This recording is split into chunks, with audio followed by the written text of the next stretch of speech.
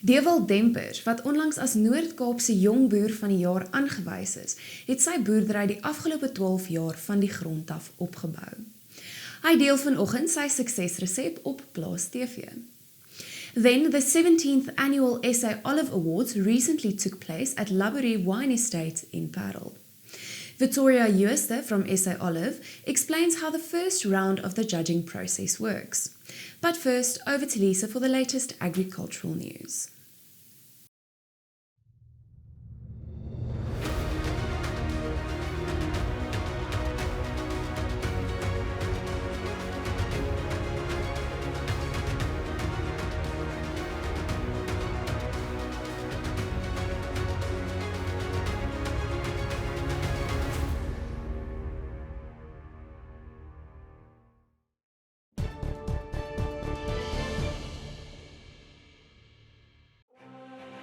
Communique exists to serve feed and food producers. In today's news, trade between South Africa and the Kingdom of Saudi Arabia is set to expand rapidly after a recent meeting between the two countries. South Africa's Agricultural Business Chamber, AgBiz, was also invited to present at the forum. The organisation elaborated on the potential for agricultural trade between South Africa and Saudi Arabia, highlighting current exports and export opportunities. South African agriculture exports to Saudi Arabia currently comprise only 1% of agricultural exports to the world. Wolf Browdy of AgBiz shed some light on this. Yeah, if we look at it, there's significant room for growth because Saudi Arabia is one of the top 20 importers of agricultural products in the world. And we find that, at the same time, South Africa's agricultural sector is experiencing significant export growth. Last year was a record year, $12.4 billion of agricultural exports. And at the moment, we only export about 1% of our exports to Saudi Arabia. And that's Wolf Browdy from AgBiz Fruit Desk. Volgens die jongste data van die Landboumasjinerievereniging SAMA is 777 trekkereenhede in September verkoop. Dit is 4% meer as die eenhede wat verlede September verkoop is. Vir die jaar tot dusver is trekkerverkope nou ongeveer 15% meer as verlede jaar se verkope. 17 stroopers is ook in September verkoop. Dit is 4 eenhede minder as wat verlede September verkoop is. Vir die jaar tot dusver is stroperverkope 25% meer as laas jaar. And the 2022 Wildlife Rancher of the Year award went to Karel Landman of the Pongola Private Game Reserve in KwaZulu-Natal. This exclusive KwaZulu-Natal Game Reserve offers scenic bushveld, mountains and a lake with a diversity of leisure activities. This award was handed to Landman during Wildlife Ranching SA's recent gala dinner and award ceremony. The award is conferred annually and serves to honour wildlife ranchers' efforts and commitment to the enhancement of the wildlife industry. Be sure to look out for an exclusive interview with Landman on Plaas TV soon.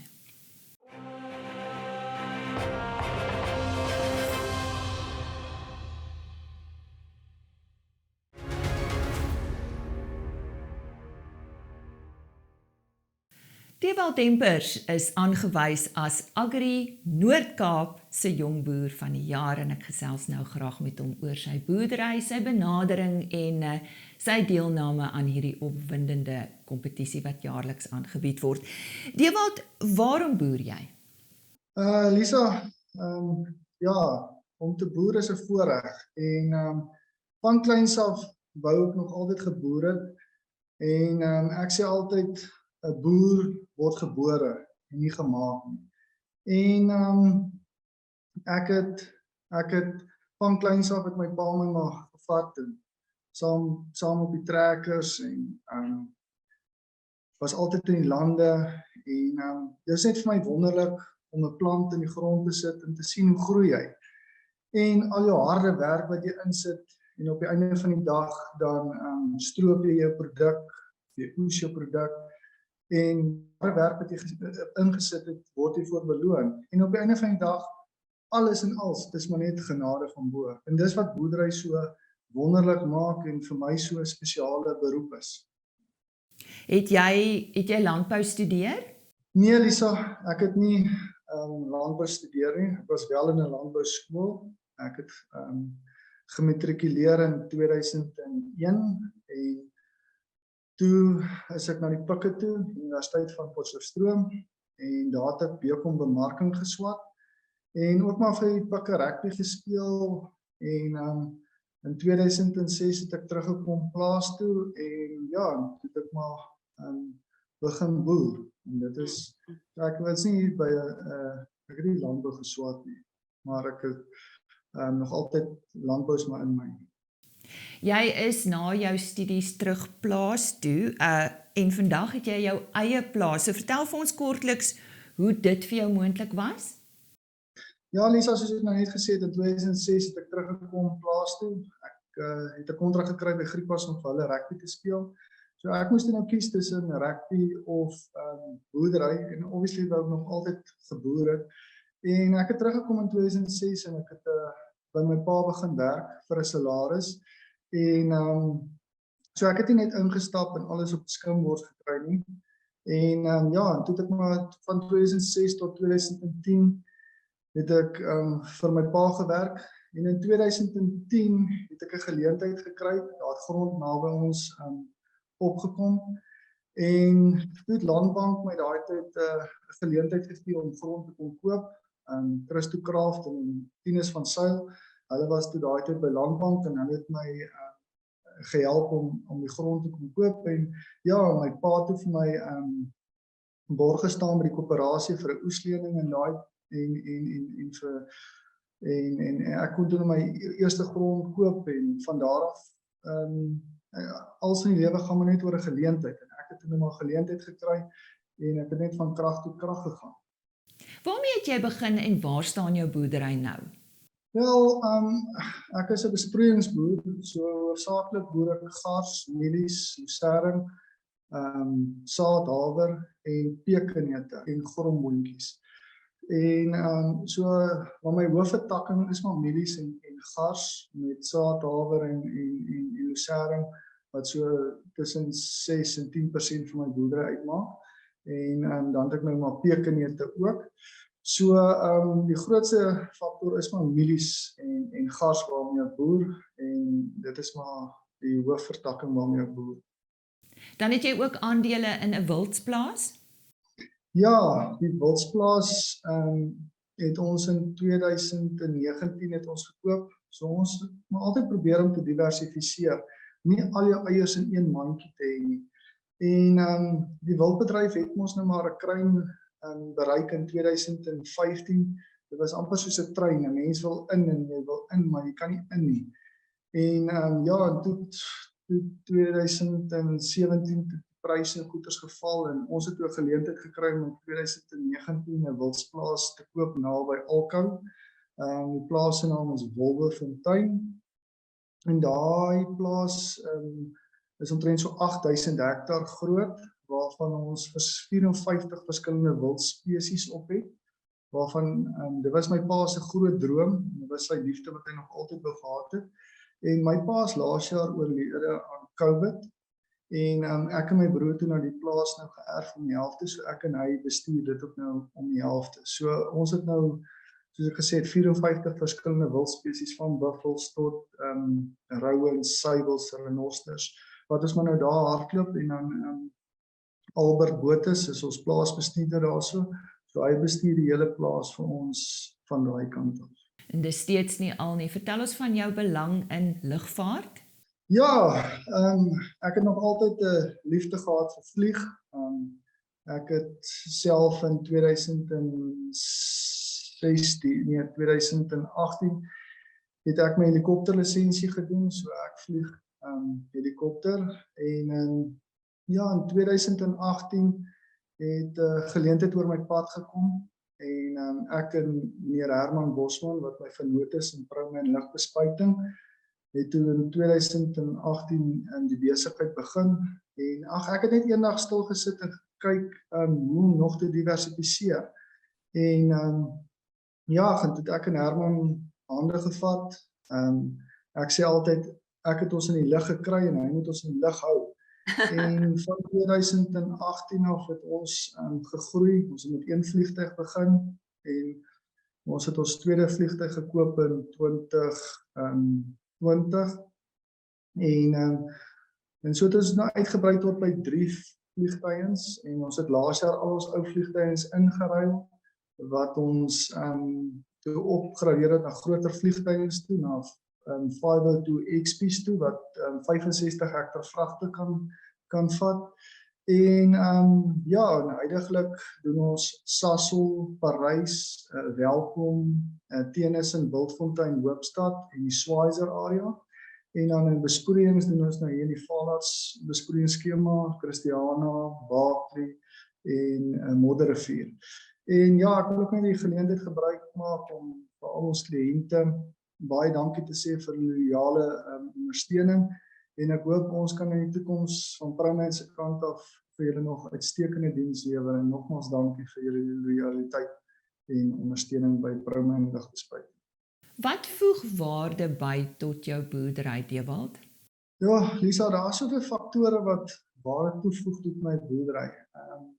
Eerste ding, die GPS-stelsels wat 'n mens op jou trekkers het. 'n Mens kan nie meer sonder dit vandag nie. Ek het 'n GWK, ek is by 'n GWK presisie boerdery waarby ons, omdat ek 'n besproeiingsboer is vogskedulering van kardinale belang. So hulle doen my vogskedulering vir my dat ek optimaal kan waterbestuur kan toepas, dat 'n mensie oorbesproei en ook nie onderbesproei nie. En ja, en dan die groot ding wat ook, ek het al my spulpunte het ek op BSD's gesit, wat nou veel makliker maak om jou pivots van die foon af te start, dood te maak, en jou kragrekenings kom ook outomaties af, want die pomp hardloop nie teen 100% van sy wringkrag nie, so die BSD bepaal hoe baie krag hy moet gee en hoe sterk die pomp is. So dit is 'n kardinale belang vir ons as besproeiingsboere om altyd kostes te bespaar waar ons kan. En ja, huidiglik het ek laas jaar gevoel gehad van beerdkrag van nie weggaan nie. Dit gaan by ons bly, of ons dit nou wil weet of nie, en dit is maar 'n slegte ding, maar ons moet maar rondom dit werk. Het ek toen laas jaar van 'n klomp kragopwekkers bestel, en ja, en ek het hulle nou geïmplementeer in my boerdery, wat nou maar deel is van my boerdery, en ek sien dit as 'n tool. Dit was nou baie slegte beerdkrag nie, toe is dit nou maar 'n groot kapitale uitleg wat net daar staan, maar ek het myself maar getroos en vir myself gesê, gelukkig het ek nie daarna casino toe gegaan en klomp geld op 'n roulette tafel gesit en dit daar gemors nie. So ten minste het ek dit dan in die kragopwekker spandeer, en vandag met die loadshedding wat nou hierso is, help daai kragopwekkers my van kardinale belang, want ons is nou in ons primêre fase van ons gars en ons koring en ons haver, en ons kan nie nou opslip met water nie, en die feit dat ek nou die hele tyd kan pomp, sit my in 'n ander posisie teenoor my medeboere, en ja, so dit is maar een paar van die aspekte wat 'n groot faktor tot my boerdery maak. En dan obviously die ligbespuiting ook. Ek sê altyd, tyd is geld en geld is tyd. So vir my is dit baie vinniger om die vliegtuigs te kry. In die oggend spuit Herman gou vinnig al my hektare, en vanaand kan ek alweer my spulpunte start en ek kan nat maak. So die hele ding van boerdery is maar net beplanning en organisering. Vertel ons kortliks bietjie van die bemagtigingsprojek waarby jy betrokke is. In 2019 het ons grond in 'n Tongs groep verkoop, onder leiding van Cornelius en sy 3 broers en sy suster. En ons in Landbank het daarin saamgevat, en vir die mense die grond, ek is 'n mentor by hulle, en hulle boer nou voluit en hulle doen uitstekende werk daarso. Om jy af te sluit, watter rol speel familie in jou lewe? Ja, ek het my vrou is Dewald Dempers en ek 3 kinders, 'n seun Christian, hy's 4 jaar, Dian is 8 en my meisiekind is 10, Lienke Ann. En ja, soos ek maar altyd sê, agter elke suksesvolle man staan daar 'n suksesvolle vrou. En my vrou wil ek bedank vir alles wat sy vir my doen en met die bystand wat sy vir my gee. So ja, familiewaardes is vir my van kardinale belang. Ja, baie geluk ook aan Dewald Dempers. Hy is vanjaar aangewys as die Agri Noord-Kaap Jongboer van die jaar en hy ding natuurlik mee vir die nasionale wenner. Dit is die Toyota SA Agri SA Jongboer vir 2022.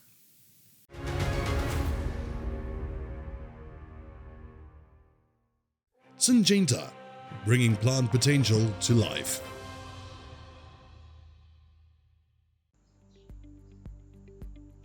So lekker om weer met die boere te gesels. En hierdie 2 weke wil ek eintlik 'n bietjie kyk na maandgrafieke. En die heel eerste maandgrafiek wat ek nou wil kyk is Brentolie, want dit is die groot drywer van sagte kommoditeite reg oor die wêreld, want dit is die inflasiestoker van die wêreld. Heel eerste, ons baie duidelik sien dat Brentolie baie hard gehardloop het. Ek bedoel hiersovan, ek dink dit was $20, wat ek net seker maak. Ja, $23 al die pad sterk gehardloop. Ons toets hierdie sterk steenlyn nou, kyk of hy onder dit kan begin beweeg. Maar waar gaan ek die top van Brentolie sien? Ongelukkig, en ek wil daai lyntjie na daardie lyn verbind, en daar kan julle baie duidelik sien, Brentolie op 'n maand sluit, want onthou hierdie is 'n maandgrafiek, eers onder 87, wil amper sê $85, kan ons sien dat Brent crude beginne afkom, maar nou wil ek sê, wanneer daardie prys daal, moet julle seker wees dat sagte kommoditeite basies vir die hele wêreld gaan daal. So vir van die boere wat dalk dink om van hulle fisiese produk hier in hierdie sterktes te begin vasluit, is dalk nie so slegte idee nie. Maar aan die ander kant, baie beleggers in die wêreld glo dat inflasie nog steeds met ons is, dat niks inflasie gaan stop nie en dat hy nog steeds gaan opgaan en ons kan baie maklik weer bo $100 kom op Brent crude. Dan kan hy teruggaan na daai vlak van 120, maar ek hoop dat hy onder daai 85 vlak kan inskuif, want dan kan ons hom dalk sien $71 en dit dink ek sal die groot drywer wees vir inflasie, om inflasie in die wêreld af te kry. En vir die boere gaan dan 'n bietjie huil, maar vir ons wat in die dorpe woon, wat moet kos koop, sal dan 'n bietjie 'n verligting miskien kry in voedselpryse, want voedselpryse is besig om al weg te hardloop. En ons weet altyd, op 'n sekere dag kan mense net nie meer die voedsel bekostig nie. Wel, besoek gerus ons webtuiste www.franseklerk.com vir meer inligting en ons gesels weer.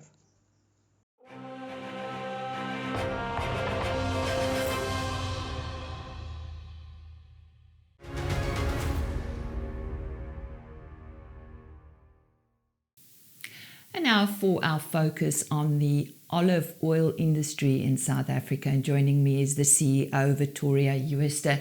Vittoria, yes, talk to us about the SA Olive Awards. How do producers qualify to participate and what is the process? Right. So first of all, you have to have extra virgin olive oil locally produced. So what determines that it's extra virgin means it is done through what we call the CTC scheme, which is SA Olive's quality control quality scheme. So the olive oil would have been tasted at a laboratory, an analytical laboratory, and tasted by a specialized organoleptic tasting panel, and declared to be extra virgin olive oil. So that's the prerequisite number one. The second one is that you need to have a minimum volume.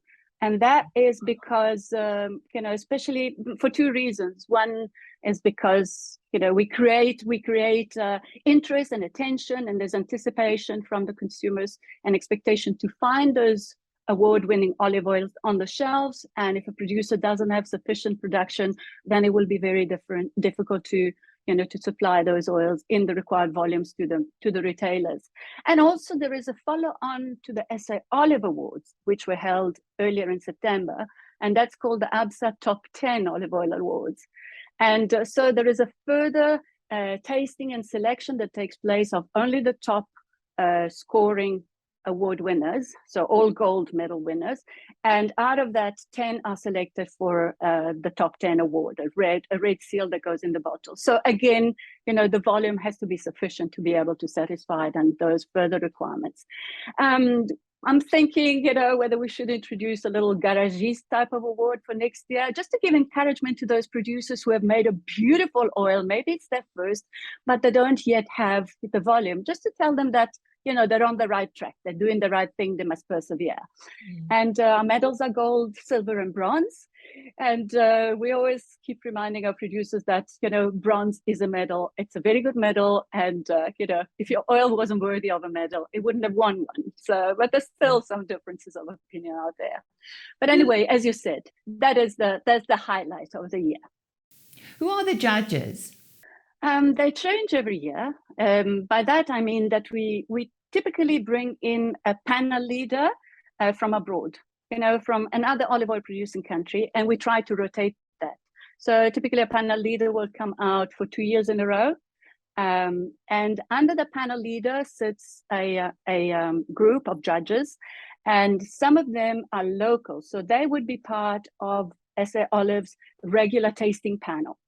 And one of the important criteria for selecting them, apart from the ability, track record, and experience, is also that they need to be completely independent of any producer who's entering the oil in competition. And then depending on COVID travel restrictions, but also budgets, we try to bring in 1 or 2 judges from abroad. So this year, the panel was made by Dr. Aldo Mazzini, an Italian olive oil expert. Then there was Pablo Canamassas, who's also an olive oil expert from Argentina originally, who spends half of his time in Australia. So a big expert in Southern Hemisphere olive oils. And another Italian judge called Franco Pasquini from Italy. And then Rennie Hildenbrand, Jackie Lobser, and Benedetta Lamy, the 3 of them being part of SA Olive tasting panel on a regular basis. Wow. So, but then again, next year there may be different people on the panel. We'll just have to see. The important thing is that they're all very qualified and passionate about what they do. Because it's not easy to sit there and taste 30 olive oils one after the other, or more in a whole day. It's not an easy thing to do, and be fair to each of them. Victoria, how would I, as a consumer, know that I am buying a locally produced, award-winning olive oil? Okay. Let me separate the two. So, by that I mean, how would you as a consumer know that you're buying extra virgin olive oil which is locally produced? And that you look for, the SA Olive seal, the CTC seal, commitment to compliance. It's an oval green seal that says SA Olive, and it shows the year of harvest. So that is the one thing you have to look for on any retailer shelf if you're looking for quality verified extra virgin olive oil that has been made locally. And then if you're looking for award-winning, well, they will make sure to put their gold, silver, or bronze medal sticker very visible on their bottles. So again, look for the SA Olive stickers, and that you can't go wrong. And is this olive oil available in most of our local stores? Oh yes, they are, and increasingly so. So the range is, the range of the producers who are in there is expanding, and also the number of different producers is growing. And very often, especially after we have the top 10, there are retailers that ask to stock all 10 winners of the ADSA Top 10 Award. So around October, November, leading up to the Christmas season, you will see all these beautiful new olive oils from the 2022 harvest that haven't traveled, haven't been sitting in warehouses or in containers, and so are more friendly to the environment in that way. They haven't been transported over long distances, and they're local. They support the local economy. They create local jobs, and they're all part of this beautiful story that's our local olive industry. To get back to these awards, we have numerous winners in various categories. Yes, that's correct. To give you an idea, this year, we typically have had over 110 oils entered over the past couple of years. So you will look at between 25 to 35 golds depending on the year, and there's normally more silvers and fewer bronze, or the other way around. It's not 30% or 33% split across the three, because obviously it's more difficult to get gold. So the smaller number of medals typically goes to the gold.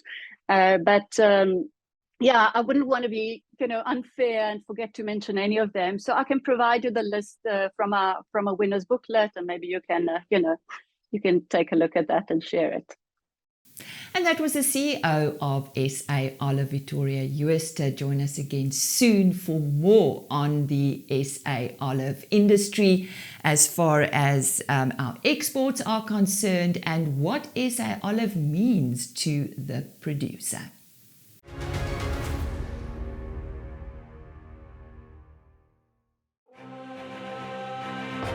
BKB, die betroubare tuiste van landbou.